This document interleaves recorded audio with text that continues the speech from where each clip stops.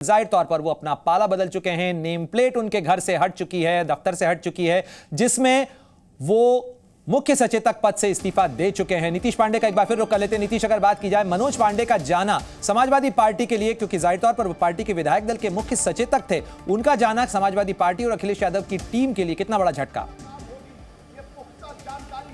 देखिए, बड़ा झटका है। बड़ा झटका इसलिए कि कई लिहाज से जहाँ से वो विधायक है ऊंचाहार विधानसभा से, वो कहीं ना कहीं मजबूत सीट कही जाती थी समाजवादी पार्टी की। और जब आप तस्वीरें दिखाते रहिए देशराज जी, तस्वीरें महत्वपूर्ण है। तो जिस तरह से आप लगातार पूछ रहे हैं कि आखिर कितना बड़ा झटका है, तो बड़ा झटका इसलिए कि अगर जो ऊंचाहार विधानसभा की सीट है, इसके साथ ही जो रायबरेली है, रायबरेली में अगर बात करें तो कांग्रेस जो कि समाजवादी पार्टी के सहयोगी दल है, वहाँ पर अपने जीत के लिए पूरा का पूरा गणित सेट कर रही थी। और उस बीच में समाजवादी पार्टी भी कहीं ना कहीं खुद को मजबूत करने का गणित सेट कर रही थी। और ऐसी स्थिति में जब यहाँ राज्यसभा के लिए वोटिंग हुई और इस वोटिंग के बीच में अगर मनोज पांडे इस्तीफा देते हैं, इस्तीफा देने के साथ साथ इसका अगर बात करें तो समाजवादी पार्टी के बड़े कुनबे में सेंधमारी के तौर पर देखा जाता है। तो कहीं ना कहीं आने वाले चुनाव का जिक्र मैं लगातार जो कर रहा हूं। बिल्कुल नीतीश, आप बने रहिए हमारे साथ में। लेकिन राज्यसभा के चुनाव के दौरान हुए इस राजनीतिक खेल को लेकर कई प्रतिक्रियाएं भी सामने आ रही हैं। उत्तर प्रदेश के डिप्टी सीएम केशव प्रसाद मौर्य ने कहा कि हमारी जीत हो रही है,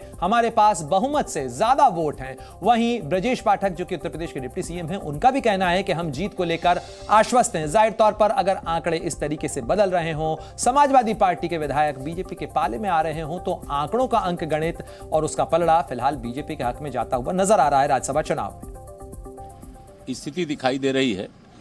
माननीय प्रधानमंत्री श्री नरेंद्र मोदी जी के नेतृत्व में देश का विकास, आदरणीय योगी आदित्यनाथ जी के नेतृत्व में उत्तर प्रदेश का विकास, इससे प्रभावित बहुत सारे विधायक भाजपा के प्रत्याशियों को जिताना चाहते हैं और भाजपा के पास अपने बहुमत से ज़्यादा नंबर हैं। समाजवादी पार्टी ने तीसरा प्रत्याशी खड़ा करके गलती की है। चुनाव की जरूरत नहीं थी, लेकिन तीसरा प्रत्याशी उनके पास नंबर नहीं थे, तब भी उन्होंने खड़ा किया है। आज जब शाम तक वोटों की गिनती होगी तो 8 भाजपा के जीतेंगे, 2 सपा के जीतेंगे। सर, अखिलेश यादव लगातार आरोप लगा रहे हैं कि बीजेपी विधायक खरीद फरोख्त खिसियानी बिल्ली खंभा नोचे। भारतीय जनता पार्टी अपने 8 प्रत्याशियों को माननीय विधायकों के आशीर्वाद से जीत की तरफ तेजी के साथ अग्रसर करा रही है और इस सब में लोकतंत्र में माननीय विधायकों का आशीर्वाद भारतीय जनता पार्टी को प्राप्त है। हमने नजर बनाए हुए समाजवादी पार्टी के विधायकों पर लोकतंत्र के लिए आपातकाल में भी जेल की यातना सही है। हम लोकतंत्र के लिए operation cycle Bharatiya Janata party हमेशा गतिवान रहती है। राजेंद्र जी, मनोज पांडे का जाना कितना प्रभावित करेगा? कितना जानकारी 4 बजे पता लगेगा। प्रभावित कर कोई प्रभाव दिखाई देगा? राजेंद्र जी, आपके पास तो स्वामी प्रसाद भी नहीं रहेगा। राजेंद्र जी, आप लोगों का गणित कहाँ फेल हो गया? हम तो समाजवादी पार्टी के विधायक हैं, वरिष्ठ नेता हैं राजेंद्र चौधरी, क्या कुछ उनका कहना है? यादव जी देश के बड़े नेता हैं।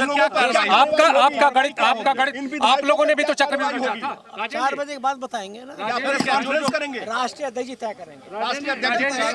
राजेंद्र चौधरी।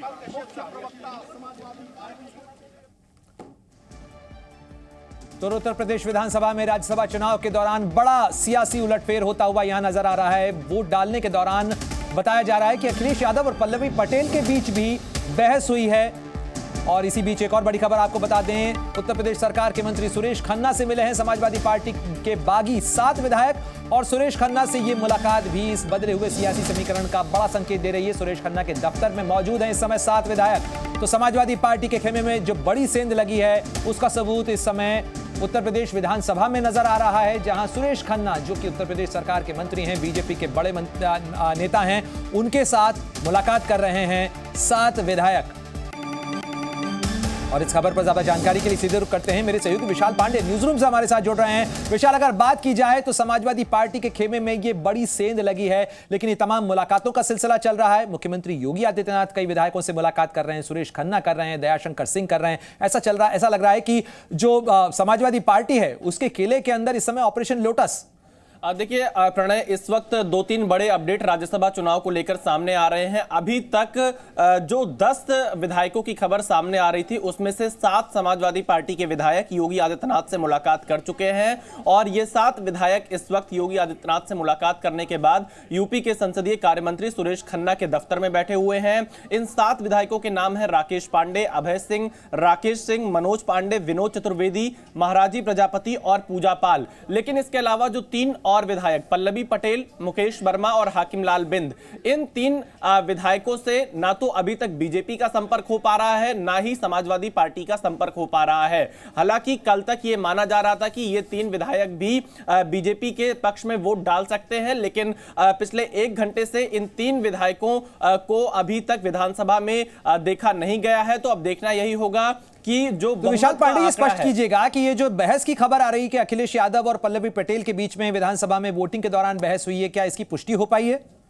देखिए प्रणय, पल्लवी पटेल अभी तक विधानसभा नहीं पहुंची हैं, तो इस खबर की पुष्टि फिलहाल नहीं की जा सकती है, क्योंकि पल्लवी पटेल कल शाम से अभी तक दोनों ही पार्टियों के संपर्क में नहीं है। तो देखना यही होगा कि पल्लवी पटेल आखिरकार किसकी तरफ जाकर वोट करती हैं और कितनी देर में वो विधानसभा पहुंचती हैं वोट डालने के लिए, क्योंकि जो उत्तर प्रदेश में राज्यसभा की 1 सीट जीतने का आंकड़ा है वो 37 का है। बीजेपी के पास एनडीए के सभी विधायकों को और बीएसपी के 1 विधायक को मिलाकर 29 वोट। शुक्रिया तमाम जानकारी के लिए विशाल पांडे आपका। तो उत्तर प्रदेश विधानसभा के अंदर राज्यसभा चुनाव को लेकर जो घटनाक्रम चल रहा है उस पर लगातार हमारी नजर बनी हुई है। लेकिन आगे बढ़ते हुए एक और बड़ी खबर का रुख करते हैं। प्रधानमंत्री नरेंद्र मोदी आज केरल के दौरे पर हैं और पीएम आज इसरो की 3 सुविधाओं का उद्घाटन करेंगे, 3 बड़ी फैसिलिटीज का उद्घाटन करेंगे। सबसे पहले प्रधानमंत्री मोदी साराभाई अंतरिक्ष केंद्र VSSC का दौरा करेंगे और उसके बाद प्रधानमंत्री मोदी मिशन गगनयान की तैयारियों की भी समीक्षा करेंगे और गगनयान कार्यक्रम के अंतरिक्ष यात्रियों के नामों का भी आज औपचारिक ऐलान होगा।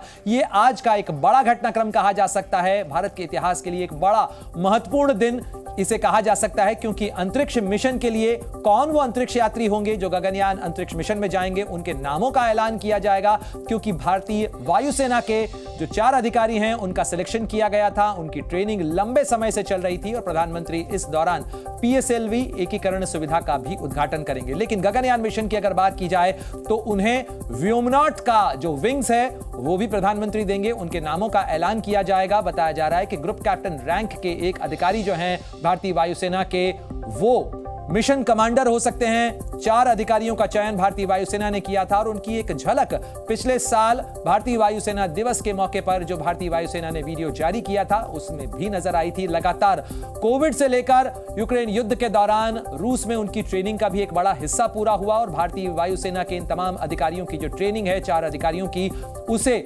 इसरो लगातार मॉनिटर करता रहा है और आज वो पहली बार सामने आएंगे। तो देखिए, प्रधानमंत्री मोदी का जो अंतरिक्ष मिशन है उसकी आपको अलग अलग तस्वीरें बता रहे हैं। देखिए, चंद्रयान की कामयाबी सामने आई, साउथ पोल पर पहुंचने वाला भारत पहला देश बना और साथ ही गगनयान को लेकर भी जो बड़ी कामयाबी है उसका भी इंतजार किया जा रहा है। 2024 है, 2025 की शुरुआत में इसे पूरा किया जा सकता है। करीब 9,000 करोड़ का इस पे खर्च आएगा और धरती से करीब 400 किलोमीटर की ऊंचाई के ऊपर जो क्रू मॉड्यूल है उसे लॉन्च किया जाएगा। Zee News।